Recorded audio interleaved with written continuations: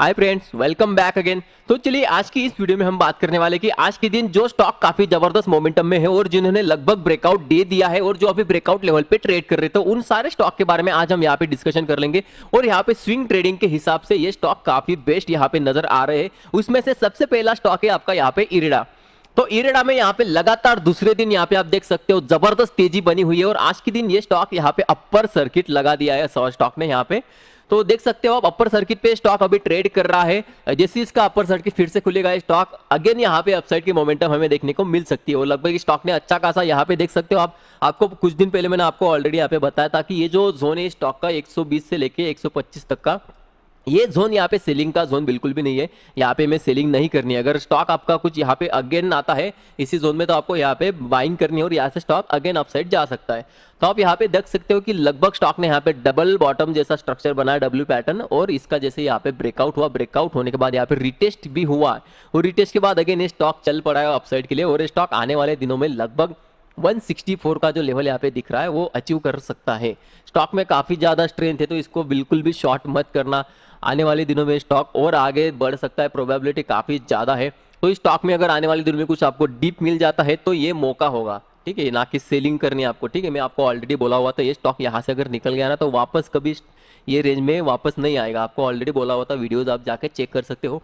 तो यहाँ पे आपको क्या करना है अभी तो लेट्स सी हो गया है यहाँ पे। अगर आपके पास ऑलरेडी ये शेयर है तो कॉन्ग्रेचुलेशंस। अगर आपके पास नहीं है, अगर आप यहाँ पे एंट्री मिस कर चुके हो यहाँ पे, तो यहाँ पे आपको थोड़ा वेट करना है। अगेन ये स्टॉक में आपको फिर से बाजार अगर आपका यहाँ से कुछ रिजेक्शन दिखाता है तो अगेन यहाँ पे थोड़ा सा करेक्शन आपको आ सकता है। तो कुछ डीप अगर आपको वापस आता है 140 से लेके 135 और 140 के बीच में अगर कुछ डीप यहाँ पे आता है स्टॉक में तो ये काफी जबरदस्त अपॉर्चुनिटी होगी इस स्टॉक में। और ये स्टॉक आने वाले दिनों में अगेन आपका फर्स्ट टारगेट यहाँ पे 164, सेकंड वाला जो टारगेट बन जाता है 185 के आसपास का यहाँ पे सेकंड टारगेट बन जाता है। तो कुछ ये दो टारगेट्स के लिए यहाँ पे अच्छी खासी हमें अपसाइड देखने को मिल सकती है। हो सकता है कि ये स्टॉक अगेन इसके ऑल टाइम हाई की तरफ बढ़ रहा हो। अगर आप मंथली टाइम फ्रेम पे देखोगे इस स्टॉक को तो आपको पता चल जाएगा कि ये कुछ बस जो लास्ट 1-2 महीने में हुआ ये सिर्फ एक प्रॉफिट बुकिंग ही था। ये स्टॉक अगेन अपने ट्रेंड को कंटिन्यू कर सकता है। देख सकते हो आप, ये स्टॉक अगेन अपने ट्रेंड को कंटिन्यू करने के लिए यहाँ पे रेडी है। तो बोल नहीं सकते कि ये स्टॉक आगे आने वाले दिनों में और कितना हो जाएगा। हो भी सकता है कि आने वाले कुछ सालों में ये स्टॉक आपका 4 डिजिट में भी चला जाए। तो काफी ज्यादा स्ट्रांग इसका ऑर्डर बुक है। देखते हैं स्टॉक में। अभी आपका जो नेक्स्ट स्टॉक है वो है आपका तगड़ा, आपका मार्केट का सबसे बड़ा हाथी HDFC बैंक। तो देखिए HDFC बैंक आपका चल पड़ा है और लगभग यहाँ पे ब्रेकआउट हो ही चुका है स्टॉक में और आने वाले दिनों में यहाँ पे हमारा तो ऑलरेडी स्विंग ट्रेडिंग चल रहा था तो इसने थोड़ा सा यहाँ पे हमारा पेशेंस भी चेक किया। ऐसा नहीं कि इसने डायरेक्टली यहाँ पे रिटर्न दे दिए। तो हमारा व्यू था यहाँ पे 1450 के ऊपर जाएगा तो अच्छी अपसाइड देगा, लेकिन इसने क्या किया, अपसाइड तो गया 1450 के ऊपर, क्लोजिंग भी बहुत बार दी, लेकिन पेशेंस बहुत इसने चेक किया। तो फाइनली यहाँ पे ब्रेकआउट आता हुआ नजर आ रहा है और अगर ब्रेकआउट अगर सस्टेन कर जाता है तो रिटेस्ट अगर स्टॉक अगर वापस कभी आता है ये 1470 के जोन में, अगर आज के दिन की क्लोजिंग अगर आपको अच्छी खासी इसके ऊपर मिल जाती है और रिटेस्ट के बाद यहाँ पे 1470 के आसपास अगर कुछ सपोर्ट बनाता है तो ये आपके लिए काफी तगड़ी अपॉर्चुनिटीज होगी। क्योंकि रिजल्ट से पहले मैंने आपको बोला भी था, देख सकते हो आप यहाँ पे मेरी पुरानी वीडियो जाके चेक कीजिएगा। मैंने आपको जब भी स्टॉक आपका यहाँ था, यहाँ पे था, यहाँ पे था, आपको बोला था यहाँ पे इसको बिल्कुल भी सेल नहीं करना है क्योंकि रिजल्ट से पहले ये स्टॉक आपको ओवरसोल्ड कैटेगरी से काफी तगड़ा बाउंस दिखा सकता है और लगभग अभी वैसा हो रहा है। यहाँ पे इस मंथ में इसके रिजल्ट्स आने वाले हैं तो कहीं ना कहीं रिजल्ट से पहले स्टॉक आपको अच्छी खासी रैली दिखा सकता है क्योंकि स्टॉक ऑलरेडी ओवरसोल्ड है। अगर आप इसके रिटर्न देखोगे तो लगभग पिछले 3-4 साल में इसने कुछ भी रिटर्न्स नहीं दिए, लगभग इसके नेगेटिव रिटर्न्स यहाँ पे बने हुए हैं। तो हो सकता है कि ये स्टॉक आपका आने वाले दिनों में भी अच्छे खासे रिटर्न आपको यहाँ पे दे दे। तो अभी फिलहाल के लिए शॉर्ट टर्म के जो टारगेट्स यहाँ पे नजर आ रहे हैं कि आप देख सकते हो ये रेंज में कहीं भी स्टॉक का ढंग का रेजिस्टेंस हमें देखने को नहीं मिल रहा है क्योंकि स्टॉक ने कहीं रुका ही नहीं। यहाँ से जैसे इसका सपोर्ट ब्रेक किया यहाँ पे सीधा गैप डाउन और काफी तगड़ी तरीके से यहाँ पे हमें डाउन साइड देखने को मिला हुआ था। तो कहीं ना कहीं यहाँ पे बीच में कोई रेजिस्टेंस देखता ही नहीं है। तो ये स्टॉक अगर यहाँ से चल पड़ता है तो हो सकता है कि थोड़ी बहुत प्रॉफिट बुकिंग बीच में आ सकती है, लेकिन स्टॉक के जो नियर टर्म टारगेट्स निकल के आते हैं लगभग 1620 के आसपास या फिर 1620 टू 1630, ठीक है, ये रेंज तक इसके टारगेट्स यहाँ पे निकल के आते हैं। तो HDFC बैंक की तरफ ध्यान रखना, यहाँ पे काफी तगड़ा एक्शन बन रहा है। तो चलिए यहाँ पे अभी हमारा नेक्स्ट स्टॉक है IRFC। तो यहाँ पे काफी सारे लोग फंसे हुए हैं। आपका इरेडा चल पड़ा है, IRFC कब चलेगा? तो भाई साहब आपका भी दिन यहाँ पे आने वाला है क्योंकि इसने भी इसका जो ट्रेंड लाइन था, रेजिस्टेंस लेवल लगभग ब्रेक कर दिया है और ये जो 2 कैंडल्स यहाँ पे लगाए थे लगभग ये ब्रेकआउट कैंडल्स ही थे। लेकिन उसके बाद में आप यहाँ पे देख सकते हो कि ये थोड़ा सा कंसोलिडेशन कर रहा है, तो अच्छी बात है कि यहाँ पे कंसोलिडेशन कर रहा है। यहाँ पे जितना ये कंसोलिडेट करेगा उतना इसके चांसेस बढ़ जाएंगे अपसाइड के ब्रेकआउट के।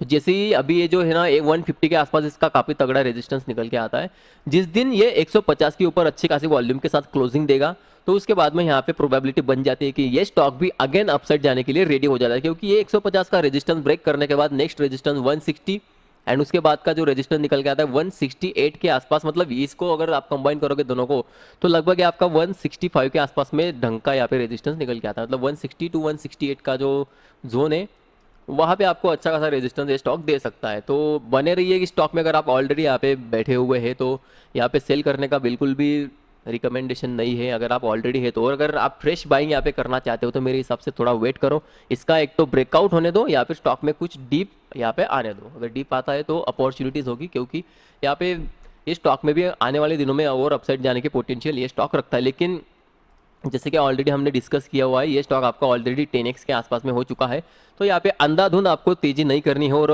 पूरा अपना 100% कैपिटल नहीं डालना है। यहाँ पे रिस्क बहुत ज़्यादा है, तो रिस्क के हिसाब से आपको प्लान करना है, ठीक है। ऐसा नहीं कि स्टॉक ऊपर नहीं जा सकता है यहाँ से भी ऊपर, लेकिन ऑलरेडी 10x हो चुका है। तो मेरे हिसाब से आपको जो रिस्क है ना आपका एक बार फिर से रिस्क के हिसाब से आपको रिव्यू करना होगा लॉट साइज़ कि आपको यहाँ पे कितने क्वांटिटी में इसको बाय करना है।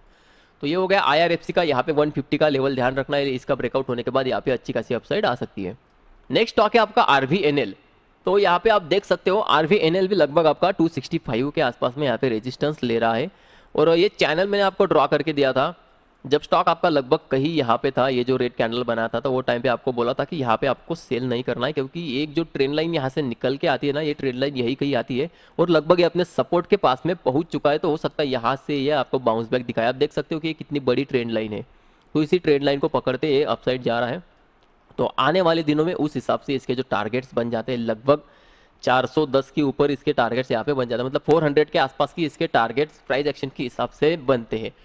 तो RVNL पे भी ध्यान रखना, लेकिन यहाँ पे है कि ये अच्छे खासे रेजिस्टेंस के पास में 270 के आसपास का एक, मतलब आप प्राइस एक्शन के हिसाब से देख सकते हो कि यहाँ पे तगड़ा रेजिस्टेंस है। तो अभी फिलहाल यहाँ पे बाय नहीं करना, ये स्टॉक जो है आपको और थोड़ा सा कंसोलिडेशन यहाँ पे थोड़ा सा टाइम वाइज करेक्शन यहाँ पे दिखा सकता है, जैसे कि यहाँ पे दिखाया था, टाइम पास कर रहा था इसी ट्रेन लाइन को पकड़ते पकड़ते और फाइनली एक दिन इसने अच्छा खासा ब्रेकआउट दिया था।